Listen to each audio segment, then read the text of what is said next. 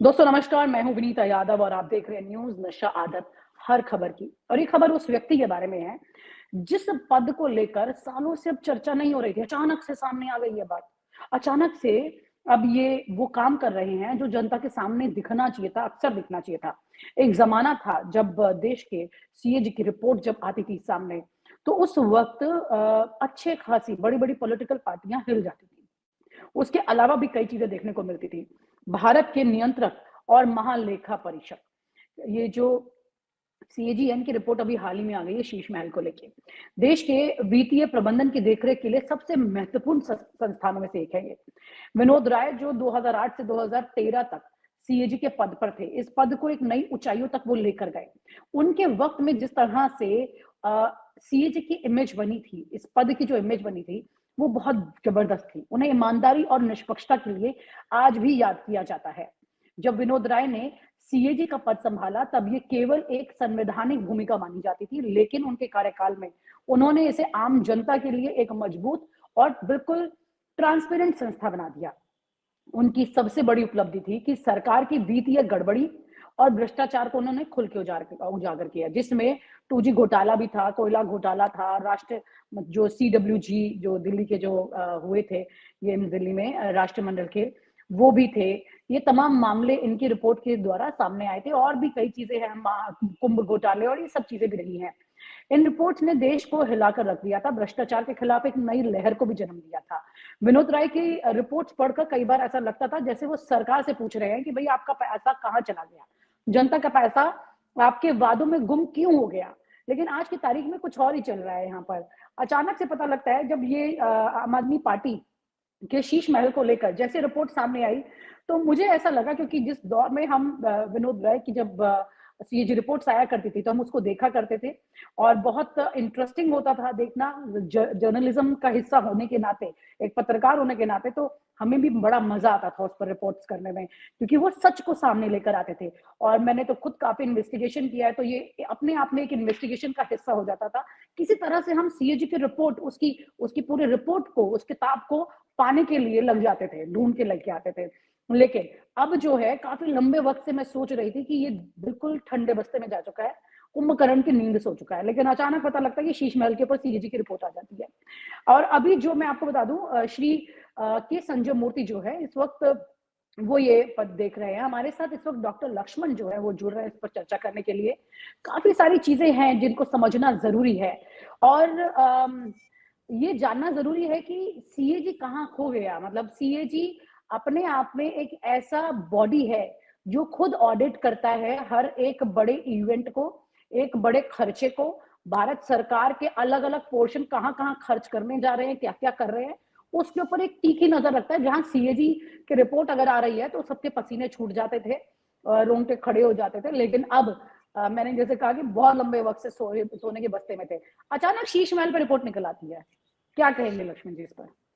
अब शीश महल बनाम राजमहल की बहस तो इस समय दिल्ली चुनाव को लेकर के पूरे देश में जोर शोर पर है और होनी भी चाहिए। एक तरफ फकीर आदमी थे, दूसरी तरफ उन्होंने भी वादा किया था कि बड़ा घर नहीं लेंगे, लेकिन दोनों तरफ से दोनों लोग ये बता रहे हैं कि नहीं नहीं, मेरे वाले से ज्यादा बड़ा तो उनका है, हमारे वाले से ज्यादा महंगा उनका है। ये एक तरह की डिबेट चल रही है।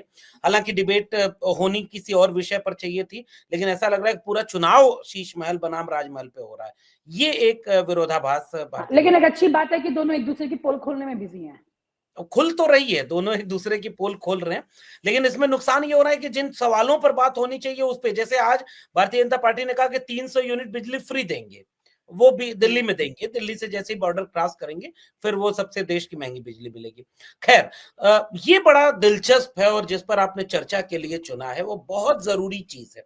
मैं उस पर आऊं उससे पहले चुनाव आयोग का उदाहरण ले लेता हूं। जी। एक जमाने में हम लोग बहुत छोटे छोटे थे, अभी बिल्कुल कुछ भी मतलब इस तरह से बहुत चीजें याद नहीं है, धुंधली यादें हैं, लेकिन फिर भी एक चुनाव आयुक्त का नाम याद है कि कोई टीएन शेषन हुआ करता था। जी। ऐसे चुनाव आयुक्त जिन्होंने पूरे देश को एहसास कराया कि चुनाव आयोग का मतलब क्या होता है, बिल्कुल। चुनाव आयोग की क्षमता क्या होती है, चुनाव आयोग अपने पर आ जाए तो वो कैसे कैसे बिना डरे, बिना प्रभाव में आए, बिना किसी तरह की मुश्किलों के एक अच्छा फेयर इलेक्शन जो देश हम्म। के हित में हो। हाँ, हालांकि मुझे कोई वीडियो मैं पिछले दिनों देखने लगा, टीएन सेशन की जितनी भी प्रेस कॉन्फ्रेंस थी मैं सब देख गया। वो बेचारों में उनमें एक कमी थी कि वो अच्छी शायरी नहीं सुना पाते थे, उनकी कोई शायरी मीडिया में मिलती नहीं है। लेकिन और मैं थोड़ा सा टोकूंगी आपको। आपको याद होगा सूर्य प्रताप सिंह, जो कि एक पूर्व आईएएस है, आजकल अलग पता नहीं खेमेबाजी कर रहे हैं, वो बात अलग है। लेकिन हाँ, उन्होंने एक बात, जब ऐसा कुछ नहीं हुआ था तो उन्होंने एक जिक्र किया था टीएन शेषन का, क्योंकि वो सैफई की तरफ ही वहां पर डीएम थे, और मुलायम सिंह यादव वहां पर लैंड करने वाले थे चुनाव के दौरान, और उनका एक रैली थी, और उन्होंने टीएन शेषन को कॉल किया उस वक्त कि भाई ये तो मुलायम सिंह यादव जी है, इनको कैसे रोक सकता हूं मैं। और तो टीएन शेषन जो है, उन्होंने बोला कोई भी हो रोक दो, कोई नहीं करेगा, सबके लिए रूल सेम है। तो उन्होंने वहां पर जो सफेद डाला हुआ था, मतलब जहां पर लैंड करने वाला था चॉपर, तो वो भी हटवा दिया और वहां लैंडिंग नहीं हुई। और उसके बाद मुलायम सिंह यादव की भी एक बहुत अच्छी बात ये थी, जब वो मिले सूर्य प्रताप सिंह जी से, तो उन्होंने ये कहा कि भाई कौन, उन्होंने बुलवाया वो डीएम कौन है, फिर उन्होंने बोला बहुत अच्छी बात है, आपने अपना काम किया, मैं अपना काम कर रहा था, तो इसमें कुछ बुरा मानने वाली बात नहीं थी उस परिस्थिति में। तो ये अपने आप में बहुत ब्यूटीफुल एग्जाम्पल, इसमें टीएन शेषन का ऑर्डर भी था, उनका जज्बा भी था, और एक बड़े नेता का वापस उसका व्यवहारीकरण था। तो ये जो बात आपने जिक्र करी, दोनों का कॉम्बिनेशन, सॉरी मैं इसको नहीं जिक्र नहीं, करना चाहती थी जी। पता नहीं मतलब आपने इतना अच्छा किया वो ज़िक्र करके कि फिर हम सोचते हैं कि वो वक़्त क्यों गुज़र गया। काश ऐसे नेता, ऐसे अधिकारी दोनों अब भी होते। कोई ईडी, सीबीआई नेताजी ने भी उनको नहीं भेजी, और इवन उन्होंने, मुझे याद है, कहा कि जब वो मुख्यमंत्री बने तो उन्होंने अच्छे-अच्छे जिलों में मुझे डीएम बनाया। अब हालाँकि आजकल उन्हें दूसरा रंग पसंद आता है, तो जी। ये बात उन्होंने कही। हाँ। लेकिन फिर भी मैं इस चीज़ को जोड़ करके अगर हम कैग पर आएँ, तो हम ये जी। देखेंगे कि ये भूमिका कैग की विनोद राय के सामने उनके कार्यकाल में देश के सामने आई थी। साल 2008 से 2013 का वक़्त, देश में बदलाव का वक़्त। सब ये मानते थे कि वाह! कैग कोई संस्था है। बहुत सारे लोगों को तो पता ही नहीं था कि कैग क्या होती है। जो सरकारी कार्यालय हैं, सरकारी या पैसे का हिसाब-किताब जिन-जिन कार्यालयों को रखना होता था, उनको पता होता था कि ऑडिट होती है भाई, सालाना ऑडिट होगी। ऑडिट में अगर दाएँ-बाएँ होगे तो पकड़े जाओगे, जो आपने अभी अपने सवाल में ज़िक्र भी किया। उन्हीं लोगों को पता था कि कैग क्या होती है। फिर अचानक पूरे देश को पता हो गया। लाखों करोड़ रुपए का, मतलब 1 लाख करोड़ रुपए, और टेलीविज़न उस समय अपनी स्क्रीन पर एक के आगे कितने ज़ीरो होंगे ये लगा करके देश की जनता को बताते थे कि 2G, 3G, 4G, 5G, इनमें देखो कितना घोटाला हो गया, कोलगेट हो गया, देश का कितना बड़ा-बड़ा घोटाला हो गया, ज़ीरो लगा-लगा के दिखाया जाता था।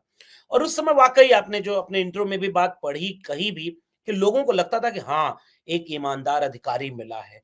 कितना बढ़िया, सरकार से बेधड़क, बेहिचक, बेझिझक वो आँख में आँख डाल करके सवाल पूछने की क्षमता रखता है। पता नहीं मुझे, लेकिन उनका उनका ज़िक्र हो रहा है तो फिर मुझे याद आता है कि आज अचानक शीश महल की रिपोर्ट पर हम बात कर रहे हैं। लेकिन बाद में मुझे लगा कि सरकार बदल गई, केंद्र में दूसरे की सरकार आ गई। पता चला कि ऐसा कोई घोटाला ही नहीं हुआ, और वो सारे लोग आज बरी हैं, उसी संसद में बैठे भी हैं, कोई उसमें गिरफ्तार हुआ नहीं, कोई घोटाला हुआ ही नहीं, ऐसा मुझे लगता है। क्योंकि फिर तो उसमें कोई, अगर भाई इतना नुकसान देश का हुआ तो देश को कितना पैसा मिला, कौन-कौन जेल में है, किसने भ्रष्टाचार किया था, कोई नहीं है। तो एक तो पता हम्म। है ये नहीं कि वो आप 2G भ्रष्टाचार, स्पेक्ट्रम की बात कर रहे हैं, हाँ, वो कोलगेट वाले में नहीं, जिसको दूसरे में। सुप्रीम कोर्ट ने जिसको ये कह दिया था कि ऐसी कोई चीज एग्जिस्ट ही नहीं करती है। एग्जिस्ट, वो असल में एक ऐसा कैलकुलेशन था कि उनका ये कैलकुलेशन था कि अगर ये इस प्रोसेस की बजाय इस प्रोसेस से होता तो इतने लाख करोड़ रुपए गवर्नमेंट को मिलते। अब ये जी। स्कैम तो है नहीं, उसके दूसरे भी और चीजें होंगी, उस टेक्निकलिटी में नहीं जाएंगे। लेकिन हाँ, अब आपका सवाल जो है वहां आते हैं कि आज अचानक वो कैग की याद आ गई। अचानक, अच्छा, जैसे अब इस देश में नॉर्मल प्रक्रिया हो गई है कि जहां चुनाव होगा, उस चुनाव के चुनावी राज्य में विपक्षी दलों के घर जाने वाली संस्था का नाम होगा ईडी। अब ईडी जैसे आजकल अभी अभी कहीं नहीं सुनाई दे रही है।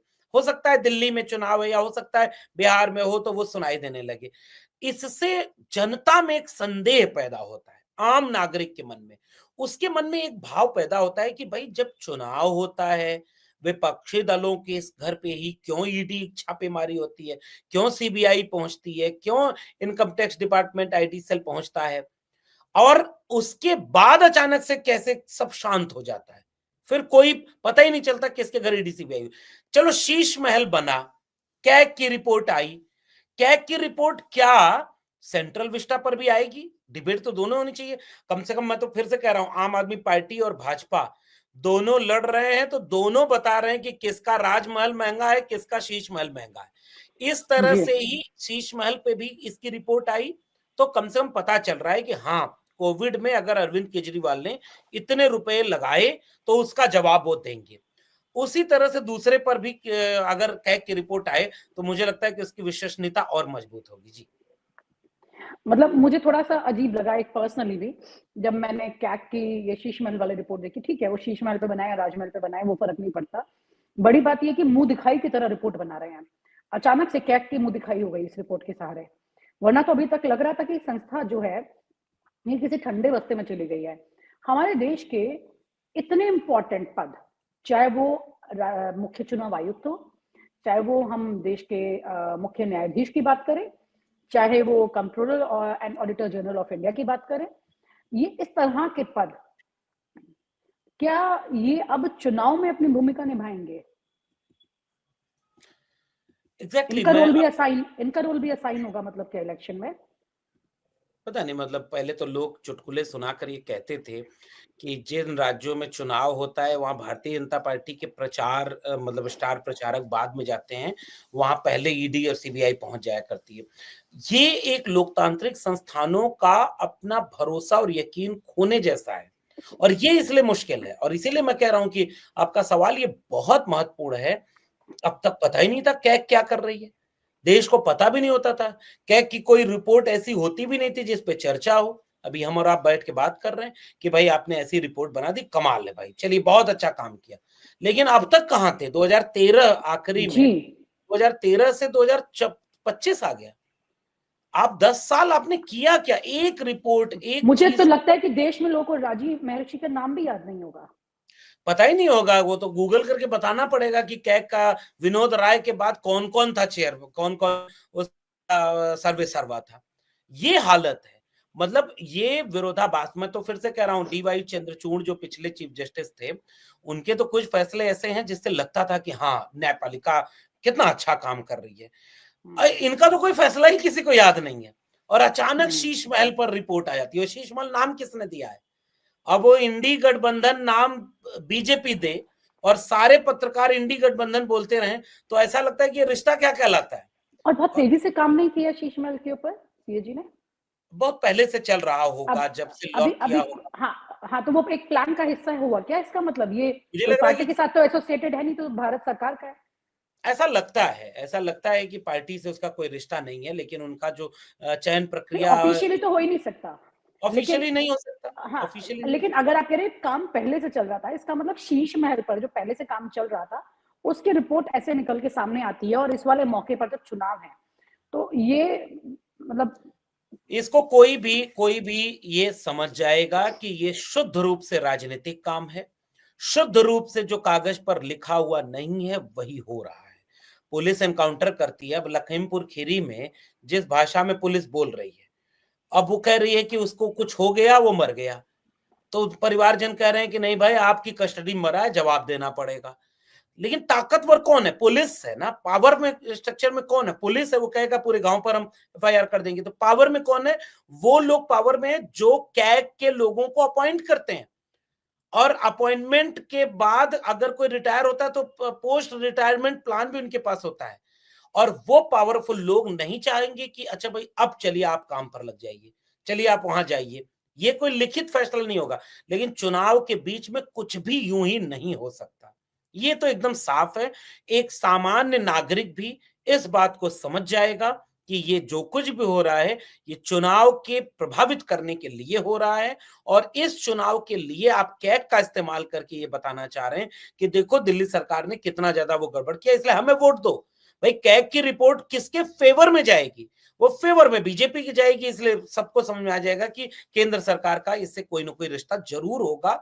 अन्यथा ये अब तक जिसको लोग नाम नहीं सुन रहे थे उनकी ये रिपोर्ट देख रहे होंगे। जी,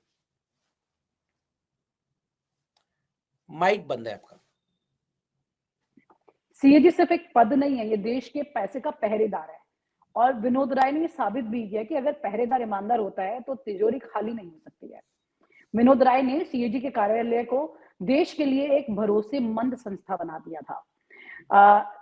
उनकी ईमानदार छवि और निष्पक्ष रिपोर्टिंग जो थी इन रिपोर्ट्स के द्वारा, उसने ये साबित किया कि ये संस्थान जो है वो किस तरह से हमारे देश में एक विसल ब्लोअर का काम कर रहा है। और अब वो विसल ब्लोअर की आवाज सुनाई नहीं देती है। चिंता की बात यही है कि हमारे देश के संविधान में इतने अहम पद बनाए गए हैं जो कि हमारे देश में किसी भी चोर को टिकने नहीं देंगे, और तिजोरी तो अब खाली हो चुकी है। शायद यही वजह है कि किस तरह से सीजीआई संजीव खन्ना जो है वो भी अब इस बात पर पाबंदी लगा रहे हैं कि मुफ्त की रेवड़ियां नहीं बच सकती हैं, क्योंकि अब पैसा ही नहीं बचा है। कई जगह सरकारी अधिकारियों की तनख्वाहें तक नहीं जा रही है।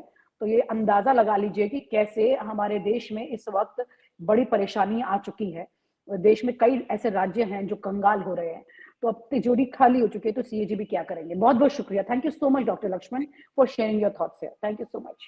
और आप हमसे जुड़े रहने के लिए सब्सक्राइब करें YouTube पर, फॉलो करें ट्विटर पर और लाइक करें Facebook पर। और ज्यादा जानकारी के लिए आपको टाइप करना होगा सिर्फ न्यूज नशा।